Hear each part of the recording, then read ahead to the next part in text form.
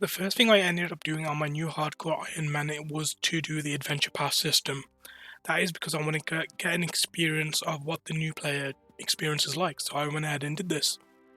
Overall, my thoughts on the adventure pass system is that it's a great way of tutorializing the game, and I think it does a better job at that than Tutorial Island, except for two criticisms I have with it, which both have to do with the user interface.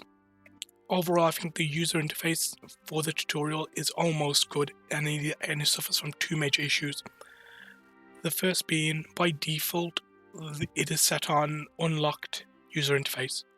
And I think this is a huge miss on Jagex' end because it means that players can exit out of menus and delete things on the user interface that they later could have trouble navigating and finding that.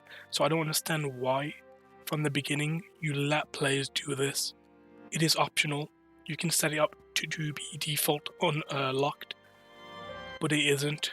And I think that causes a lot of friction when players try creating their user interface. I think what Jagex should do is make something that's standard and default and that players can easily recognize. And the second thing I have an issue with, which stems from the user interface, is the unnecessary amount of information that is put on screen.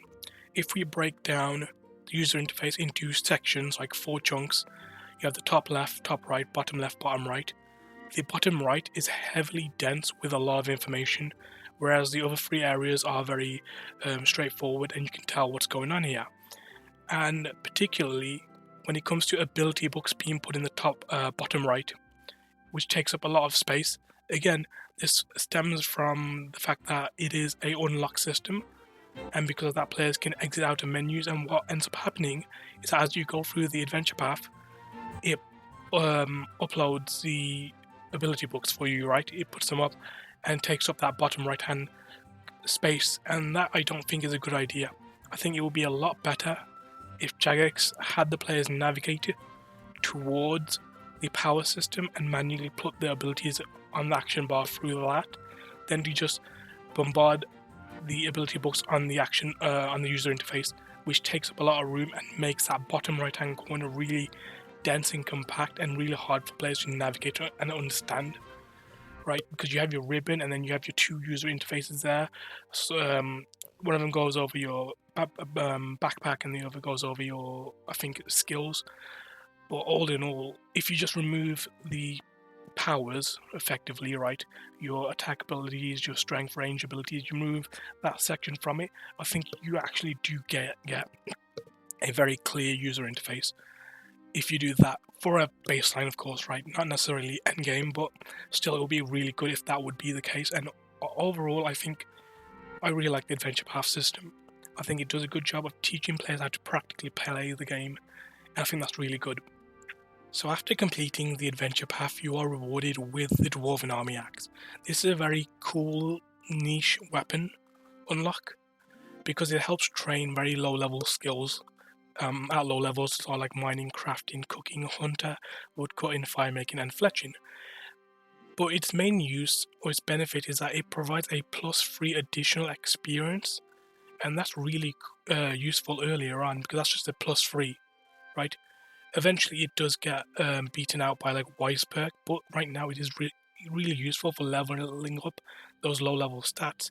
And what's really useful about this weapon is that it gives you a +3 on cooking, on fires and range, so it doesn't necessarily factor in what fish you're cooking. So that's just a +3 for cooking that you get there, and that's really cool. So what I ended up doing was just leveling up woodcutting because my goal at this point was I wanted to do Waterfall Quest, and Waterfall Quest I was very spooked by this quest because I thought the moss giants will kill me.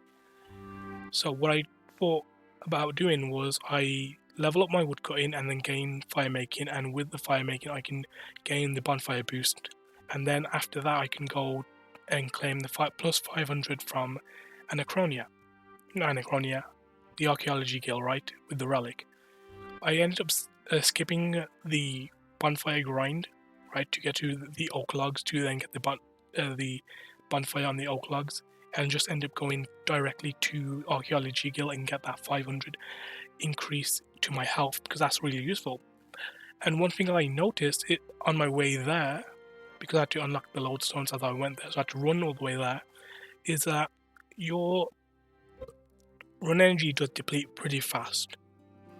And one thing that I did when after unlocking my relic for the 500 health is go ahead and unlock the agility course and get level 5 agility to unlock Surge.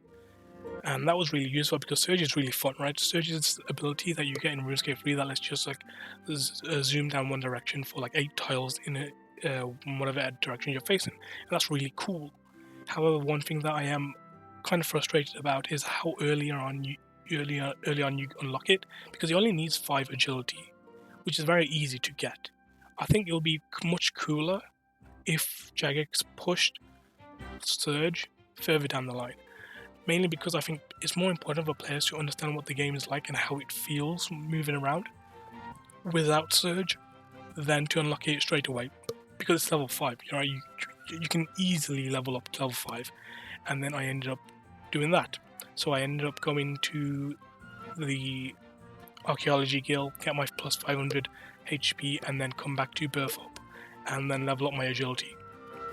From this point on, I started completing a lot of the early game quests that you typically do when you make a new account. Things like Waterfall Quest, Tree Gnome Village, Dragon Slayer, Demon Slayer, all these quests to level up my combat stats, mainly attack and strength, because I want to do a melee-based build, and eventually I did end up doing the Strongholds of Security and the Stronghold of Safety. If you're not familiar with the Stronghold of Safety, it's a predecessor to the Stronghold of Security, and you get 10k and 2 XP lamps worth 500 XP, which I used in Agility. After this, I just carried on completing quest, and that's going to be it for the end of this video. So I'll just put a montage of all the quests I ended up doing.